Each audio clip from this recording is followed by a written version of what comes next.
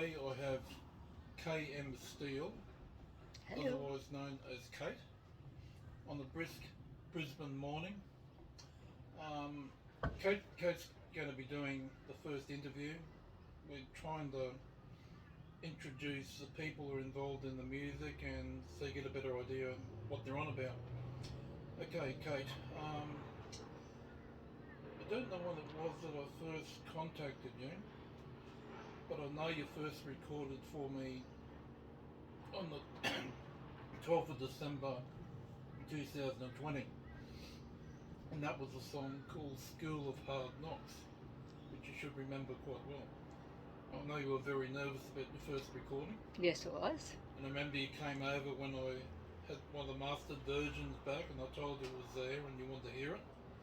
And I remember how nervous you were when you first came over, and we all had to convince you it was a good recording. There was nothing Yes, wrong that's with it. true. That's right.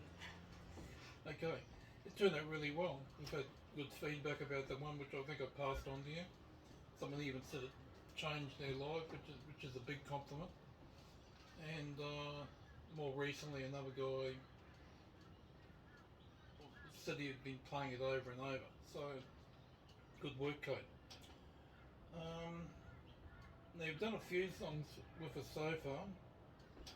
You've done Anti-Vaxxer, which I think is the most streamed one so far. School of Hard Knocks you've already mentioned.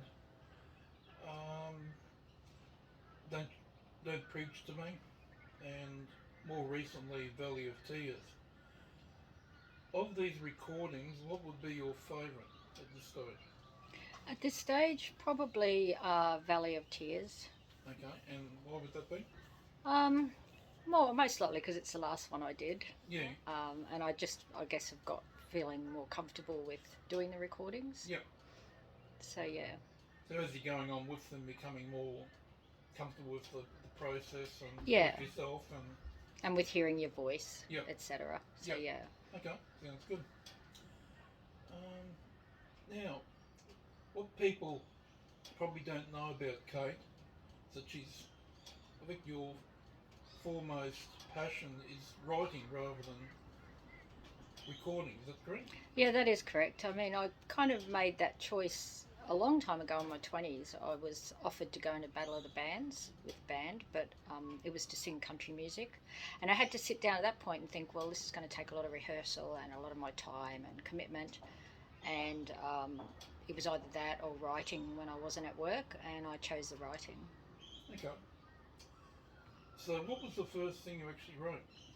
The first full size novel I wrote in Scotland, actually, in my early 30s. Okay. Um, yeah, it had a really big body count. That's the main thing I A remember big about it. body count. Yes, and I wrote it in 2 weeks because Okay. I just moved over there. I was pretty much on my own week to week when my ex-husband wasn't in town. He was away working. So yeah, I wrote it in 2 weeks, and maybe the body count was so high because I was all alone, just with my thoughts. Okay. But yeah, that was the first one. That's still sitting in the drawer. I'm not sure that it's something that's publishable, but it was written in response to a question in my own mind around responsibility. Is a person responsible for their actions if they're not, um, you might say, fully functioning the way other adults are? That was really my question. So that's what made me write that story. Okay. You mentioned body count. Was this a murder mystery? Wasn't it? Not really. Well, it was murders, but it was more somebody who was killing people because he was told certain things about them that didn't end up being true. He thought that he was acting for good in a vigilante sense, when in actual fact he was just being a debt collector and didn't know it. Ah. Is this actually published? No, no. Is it ever going to be published? I'm not sure that I would. I enjoyed writing it, Yeah. but it is pretty graphic and pretty violent, and I just I got out of my system and moved on. Okay. So, what is the first thing you've written that has been published? Well, that would have been. I actually wrote a diary when I was over in Scotland too. I made this diary up of these two sisters, and it was their accounts of things in their life, but they were very, very different, although they'd both been there and seen the same thing. Because I had this kind of fascination with the way people see situations very differently depending on their emotional state, etc. And I actually used those diaries at university to do the creative part of my PhD, and that was Return to Tamerlan, which did end up being published in 2017. So I used that diary really to create those diaries I'd written to create the two characters in that novel. Okay. So that one is published, you said? Yes. Okay. I'll get all the links for all your writings, and we'll get them out there anyway. Thank you. Okay, so you've got a PhD. What's a PhD in? That's creative writing and English literature. Very good. Yeah, so I teach creative writing at Southern Cross University, just casually, and some English lit subjects as well. Okay. And you're still doing that? Yeah. Yep. Rightio. So after this first publication, the diary one you just mentioned, what was the next one after that? The next published novel was Hunt for the Virgin Rainbow, which came out, I believe, 2021. And it's one of a 3-part series, which I have been dragging my feet on a little, but the second one is almost completed. And then we'll go to the publisher and go through all the process with that. Okay. You mentioned the genre for that particular book previously. Honestly, can't remember how you described it.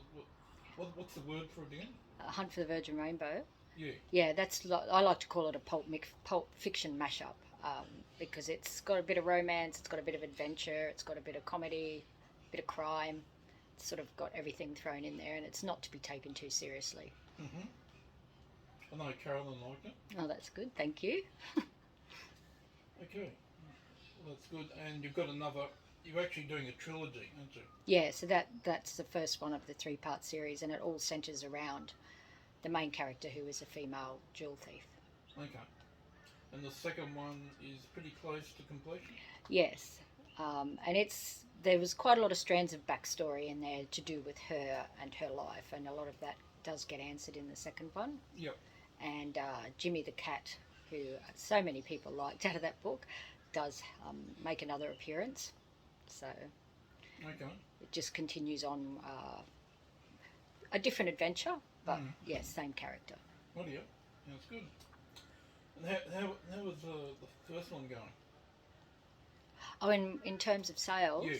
that's it's slow. It's always a slow process, Yeah. and I'm with a small independent publisher who's very supportive, but I don't know. Getting books out there and selling thousands and thousands of them is no easy task. It's a lot like music, as you know. There's a lot of competition. There's a lot of noise. There's a lot more freedom now.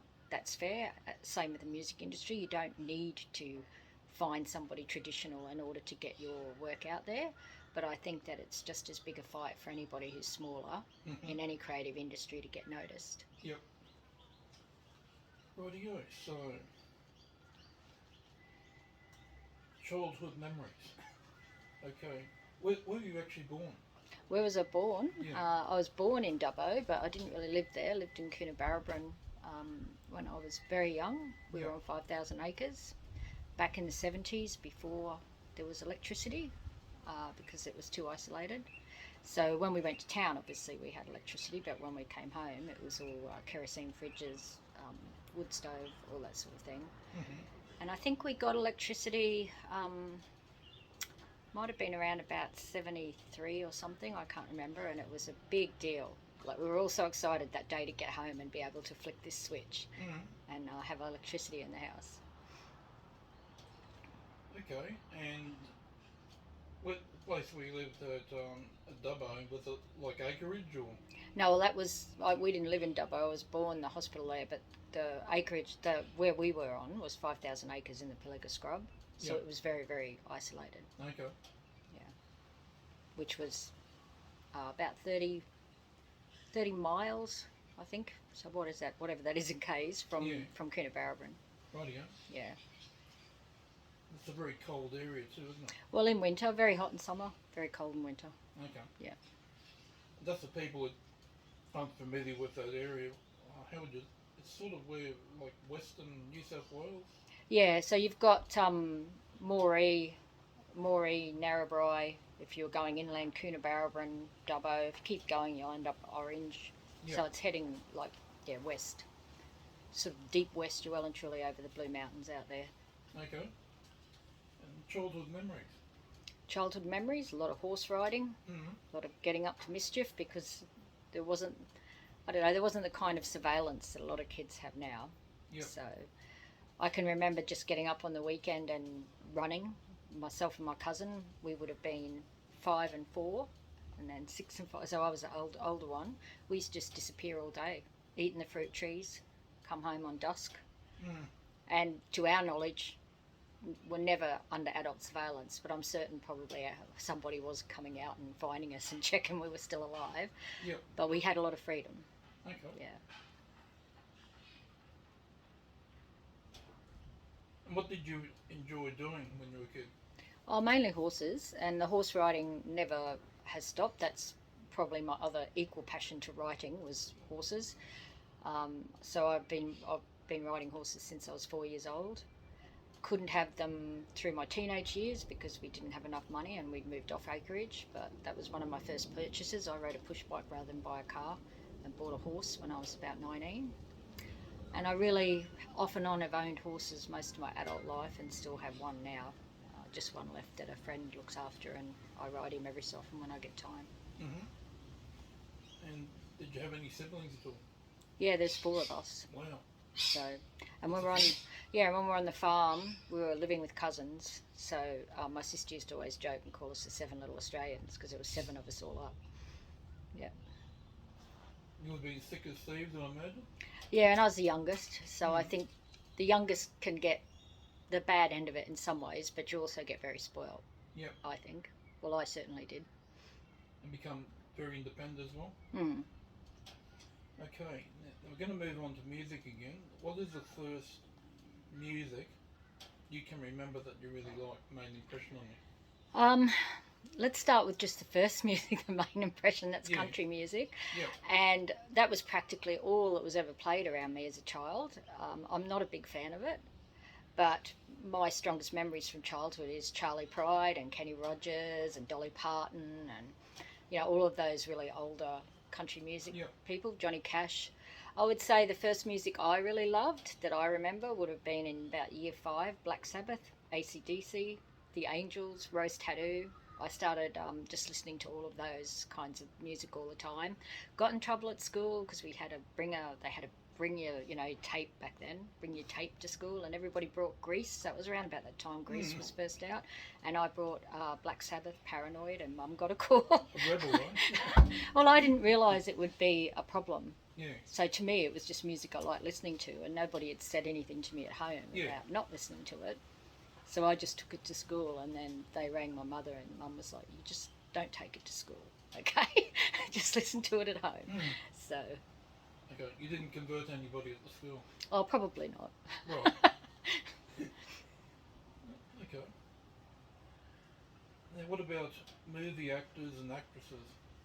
Well, I've never really been a big one Going back in time.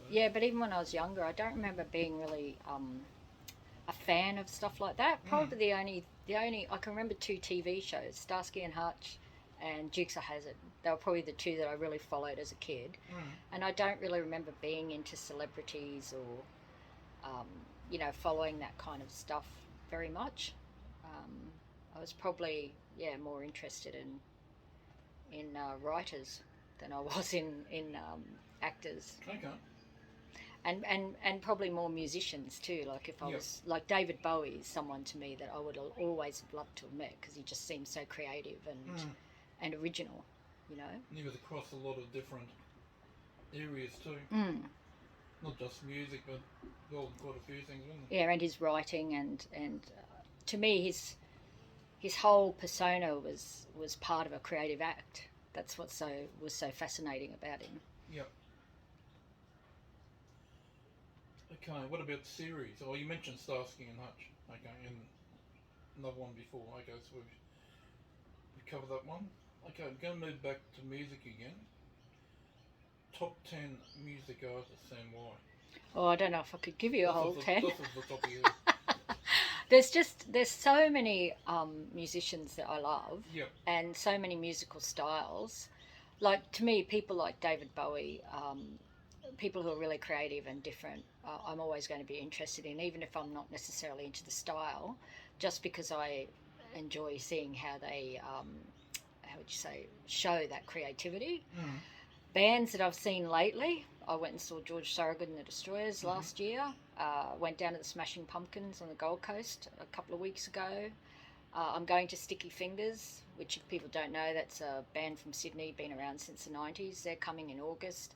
I went and actually saw Electric Six, which was one of the best gigs I've seen for such a long time. Well, they're very more like, what would you call, electric kind of punk. Mm. I saw the Specials when they were in town, which I'm really glad now because Terry passed away. Yeah. And they were a fabulous gig. I've got a very eclectic taste. I like a lot of newer stuff too. I like a lot of rap and hip hop. And actually saw a band on Saturday night at the Piazza on South Bank called Jaka. I think it's Jaka. I'm not sure if that's how you pronounce it. TJAKA. Two Indigenous lads, two brothers, and one of their friends. Electric guitar, electronic didgeridoos, doing hip hop. It was very, very good. Sounds interesting. Yeah. Okay. Favourite animals? Horse. I'd have to say Any horses, others? then dogs. I love all animals, and in a past life I managed an animal shelter, and in another job managed a herd of horses, and I really enjoy being around most animals. Probably the only ones you'd say, well, I'll pick up snakes if I know they're not venomous, but reptiles to me I'm not a big fan of. I know some people love them, but I think most animals that we consider domesticated, I'm pretty happy to be around. Fair So, enough. Okay, what is your favourite country? my favourite country, Besides Australia? besides Australia, I'd say Portugal. Yep. I really loved being in Portugal when I was there. To me, it's got that feeling of not being as connected globally as the rest of the world. When I was there, it felt almost like you were back in 1970s Australia. Everything's a lot more local, and you can pretty much see the produce going out of the paddocks and into the back door of the local supermarket. People were very friendly, and there's such a horse culture, which was the reason I was over there. I actually went over and rode with the dressage master over there, and it's right through their entire culture. They have a giant festival of the horse once a year at Goliga, so it's a place I could definitely go and hang out if I had more time and money. Fair enough. I didn't know that about Portugal. Okay, have you got any funny stories for us? Funny stories? I've got a lot of funny stories, but relating to music. No, anything. Well, I can tell one story about Yeah. when I was younger. I used to go to the Paddington Tavern quite regularly because I lived across the road from it. And there was a two-piece band used to play there every Friday night, and I used to get up as a joke and sing with them. I Feel Good. And I used to do that every Friday night and get 2 to 3 tequila slammers free from the bar. That's the And James Brown. the James Brown, I Okay. Feel Good. And so that was my payment.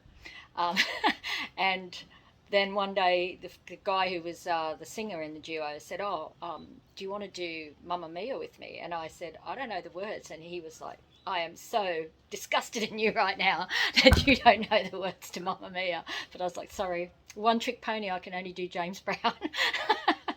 Well, actually, I would have said the opposite, that you didn't know the words to Mamma Mia, but not a big Mamma Mia fan. No. Okay, well, that sort of wraps it up.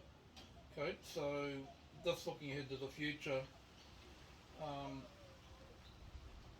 you discussed in the past that I had written a song, I don't know when it was, but one of my recent ones called Warmonger.